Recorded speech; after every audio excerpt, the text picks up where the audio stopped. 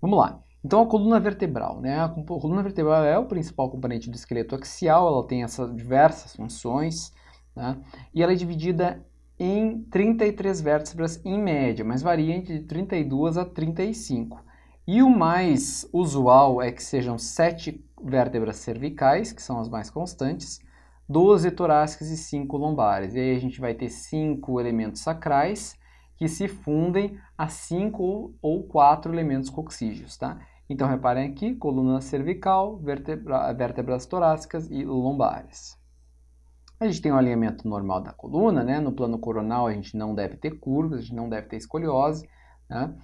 No plano sagital, então, a gente tem uma lordose cervical fisiológica, uma cifose torácica e uma lordose lombar. A gente tem algumas linhas vertebrais, que são essas aqui, tem a linha vertebral anterior, a linha vertebral posterior, que fica na margem posterior do corpo vertebral, a linha espinolaminar, que é a margem posterior do canal vertebral, vai correr aqui, tá? Na margem junto aos ligamentos amarelos, ligamento flávio, e a linha espinal posterior, que ela vai unir aqui a ponta dos processos espinhosos, essa linha azulzinha. Muito bem, a divisão anatômica clássica, ela foi feita por Denies, na coluna de Denies, a gente tem as 3 colunas de Denies. Então, o que compõe essas colunas? Ou seja, a coluna anterior, ela é a metade anterior dos corpos vertebrais, discos e anéis vertebrais, e o ligamento longitudinal anterior, que é esse em vermelho. Coluna média, então, é o restante dos corpos vertebrais e discos e o ligamento longitudinal posterior. E a coluna posterior, então, ela vai envolver os elementos do arco posterior, os pedículos, articulações interapofisárias, as lâminas, os processos espinhosos, os ligamentos amarelos, também chamados de flavo, e os ligamentos interconectantes, que vão ser os interespinhais. Tem uma série de ligamentos aí do arco posterior. É importante, né, porque, segundo Denis, uma fratura instável é aquela que comete 2 ou mais das colunas, tá bom? Então, aqui só mostrando aqui a coluna anterior, a coluna média e a coluna posterior. A função da coluna anterior é suportar impacto. Tá? Ela absorve o impacto, porque tem a maior parte do disco, uma parte dos corpos vertebrais. Tá?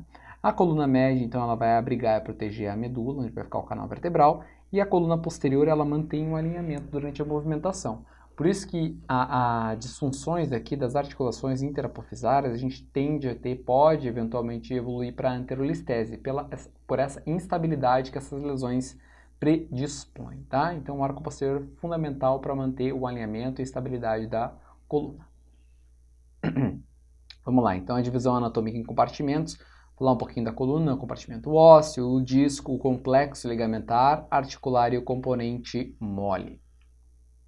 Vamos lá, sobre o corpo vertebral, né, ele tem a camada externa do osso cortical, é formada a camada externa, que é essa pretinha aqui, osso cortical compacto, tá? E a camada interna, que é a medular óssea, aí vai seguir o sinal conforme a idade do paciente. O paciente mais jovem predomina uma medula vermelha e assim que o paciente vai evoluindo para uma medula amarela. Lembrar que existem situações que vão fazer reconversão medular, onde vai ser maior necessidade, vai haver a maior necessidade de produção de componentes hematopoéticos, e a coluna vai reconverter para a coluna vermelha. E aí ela fica com o sinal mais baixo nas ponderações em T1 e T2. Tá? Essa aqui é uma coluna já no paciente adulto, a gente vê a coluna está lipossubstituída, já tem uma medula, a medular óssea já é gordurosa, e a gente consegue ver bem essa definição entre a cortical e o osso esponjoso, né, o osso central, trabecular. E aí o arco posterior, formando esses vários elementos, aqui os pedículos, tá? As lâminas, que são essas estruturas aqui, ó, a lâmina, o processo espinhoso, os processos transversos e os processos articulares, tá? Aqui é a lâmina. Muito bem, tá? Lembrar do arco posterior composto por essas estruturas ósseas.